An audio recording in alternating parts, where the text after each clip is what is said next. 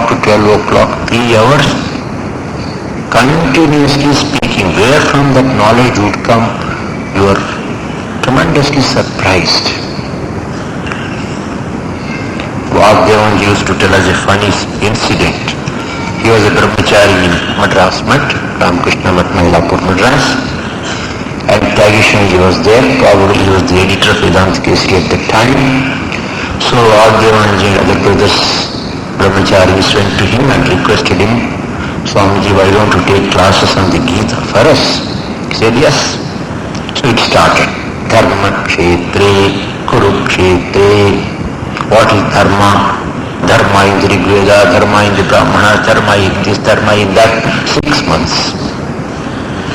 The poor brahmacharis are damn tired. They couldn't stand that scholarship.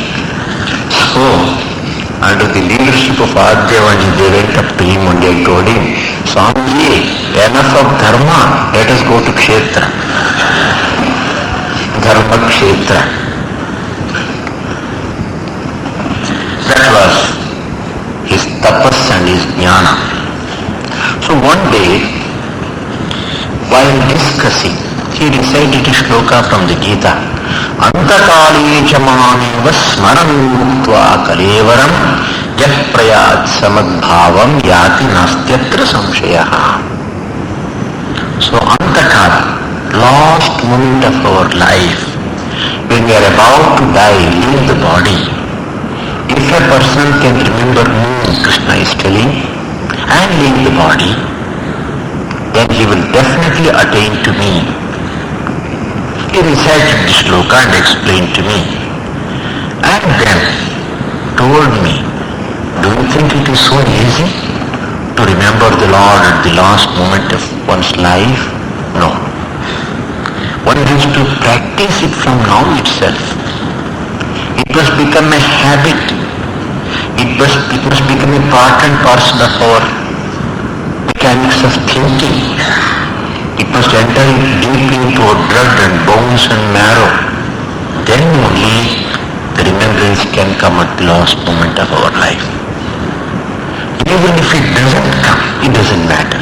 Because we don't know how the end comes. Suppose a person goes into coma, but it works at the subconscious level.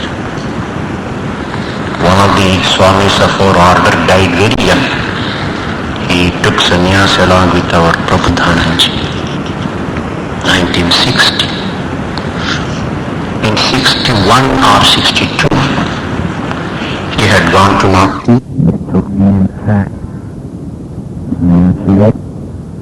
First floor balcony, lost his balance and fell down, hardly 12 feet.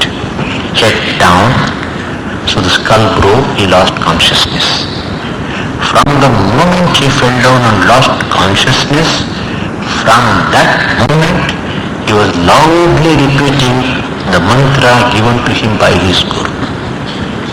He was in that state, unconscious state, for nearly 3 to 4 days. Later on he died and he was cremated.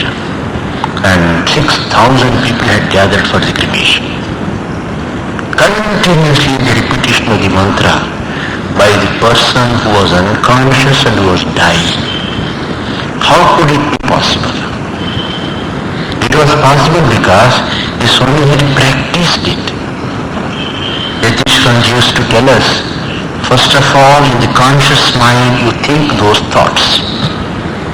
When the thoughts become more intense, more powerful, they sink into the subconscious and then the unconscious level become a samskara. So, thinking at the conscious level is very, very important.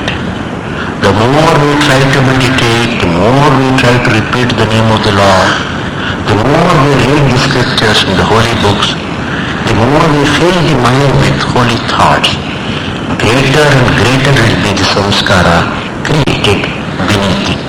And that will come to our aid at the last moment of our life. So, if we have done that, then it is possible to leave the body through the Sushumna Nadi or Brahmarandhra and so on, as the Upanishad puts it. Otherwise, Jayasva Mriyasva, Jayasva Mriyasva. spiritual life is a very, very difficult life. It's a continuous process. Eternal vigilance is the price of freedom. Eternal vigilance is the price of spiritual life also. Shankara says in the Viveka Chudamani, a child is playing with the ball at the top of a flight of stairs. But being overconfident, it's a little careless for a moment or two. The ball slips out of the hand, falls down on the first, and then the second step, and then third step. Within a couple of minutes, it has come down to the ground floor. So in the same way, the yogis who allow themselves to become victims of pramada, carelessness, they will lose their grip over their minds, over the spiritual path, and will come down in spiritual life. So, the struggle has to be constant and continuous. Then, this heart, which is like a bud, lotus bud, closed lotus bud, which is hanging down, inside that ante, inside that, or very near that, both the meanings are possible. If you take it as inside, it means the Harakasha, the space within the heart which is chosen for meditation. If you take it as ante means near, it refers to the Sushumna Nadi which lies very near to that. Inside that, one has to concentrate taking the mind there. So that is the place where we have to meditate upon our Atman, upon Paramatman. Hridaya, the psychological, psychic heart, is the place where we meditate upon the Lord. Once we start meditating upon the Lord there and succeed in getting an awareness of the Lord there, then we realize everything in life. Tasmin sarvam pratishthitam. Tasmin, in that, sarvam, everything, is pratishthitam, established. Everything is established in my heart, in that little space inside my heart. How is it possible?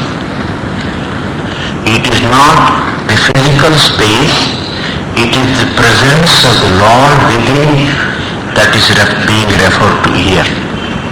Tasmin sarvam pratishthitam is possible only when you are able to realize the Paramatman in the midst of that heart, in the region of the Harakasha, or in and through the Sushumna Nadi. So, Narayana Sukta is giving us a beautiful description of the place of meditation, namely our own heart, where it is situated, one span from here, one span above the navel, in between, and it is like a lotus bud. Inside that there is a little space. You have to take the mind in, meditate there upon that. The next mantra, ninth mantra, continues this description, giving some more facts. Facts discovered by not anatomical sciences, but by the rishis through their intuitive insight. Tasya madhye mahan agnihi vishwarchihi vishwato mukhaha saha agrabhu vibhajan tishthan aharam ajaraha kavihi tiryat urdham adhashayi rashmayastasya santataha. Tasya madhye vishwarchihi vishwato mukhaha mahan agnihi vartate saha agrabhuk aharam vibhajan ajaraha kavihi tasya rashmayaha tiryat urdham adhashayi santataha. Tasya madhye, in the midst of that. What is that? It may be the Hridaya, or it may be the Sushumna Nadi. Both are possible. So inside the heart, inside the Sushumna Nadi,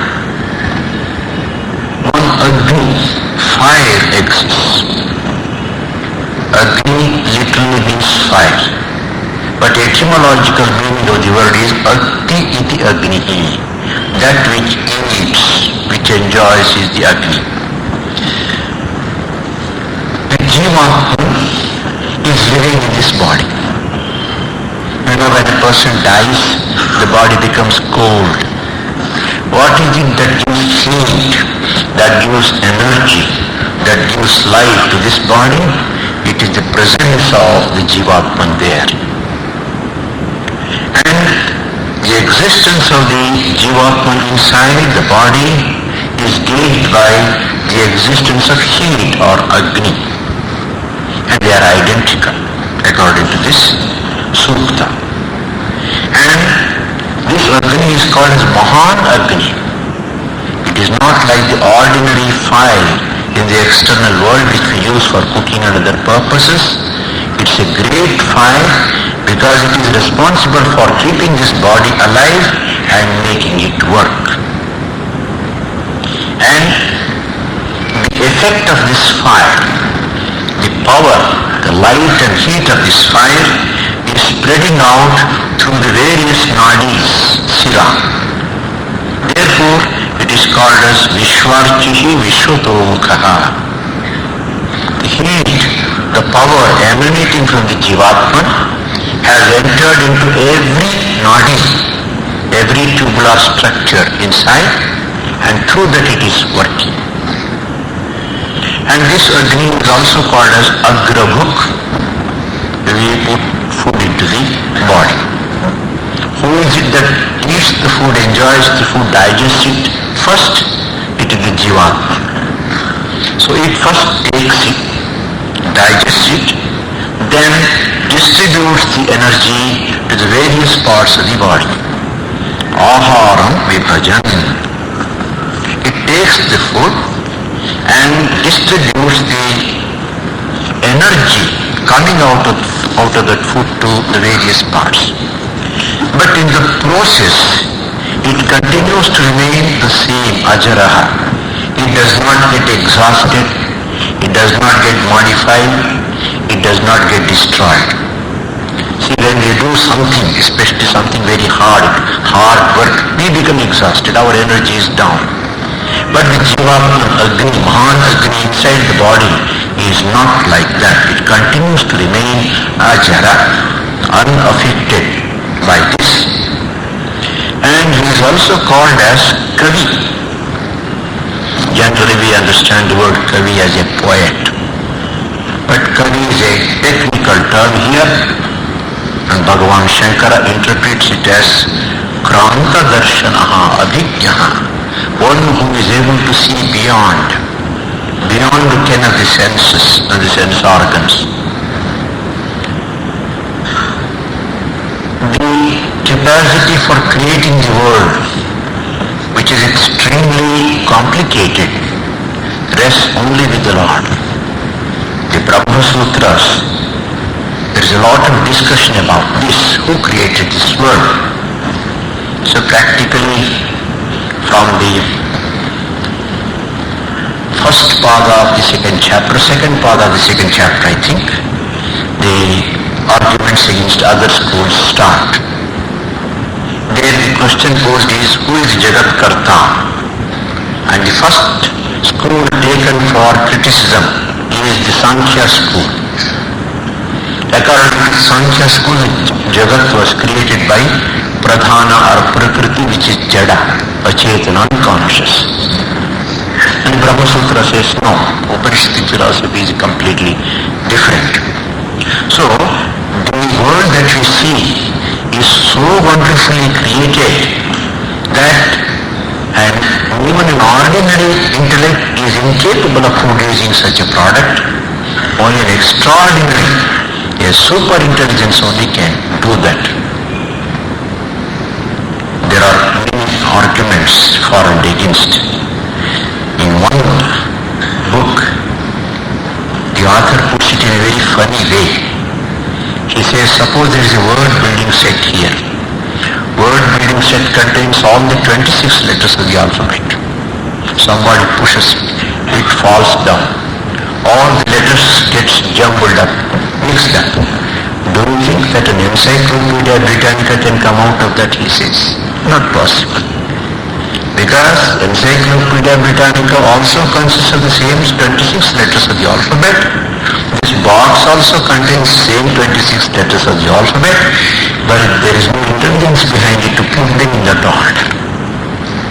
So the Jagat Rachana Kaushalya, that depends only upon Supreme Intelligence, Supreme God. So that Supreme Intelligence, Supreme God exists inside our body as the Jivatman, as the Atman presiding over this. Therefore he is Kavi or Krantadrishti. Bhagavan is Sarvajna Sarvashakta. The same Bhagavan is here in the form of Jivatman, so that Sarvajnatva and Sarvashaktatva automatically exist here also. In that sense he is called as Kavi. He is also called as Vaishvanara, the being who exists in all the living beings, all the human beings. The 15th chapter of the Gita, we have a beautiful sloka. Aham Vaishvanaro Bhutva Praninam Dehamashritaha Pranapana Samayuktaha Pachamyannam Chaturvidham. 4 types or kinds of food are digested by this body. Who is it that does it? It is the Vaishvanara Agni, the Jivatman sitting inside. It is he who digests the food that is put into the body. So Vaishvanara is the Jivatman living inside the body, giving it heat, giving it life, giving it energy. On one side is maintaining the body alive, but on the other side is Sarvajna Sarvashakta. And upon him, upon this Jivatman who is established in the region of our heart, we are advised to meditate. So ultimately, the main purpose of the Narayana Sukta is to teach us the mode and method of meditating upon the Supreme Lord in the region of our heart.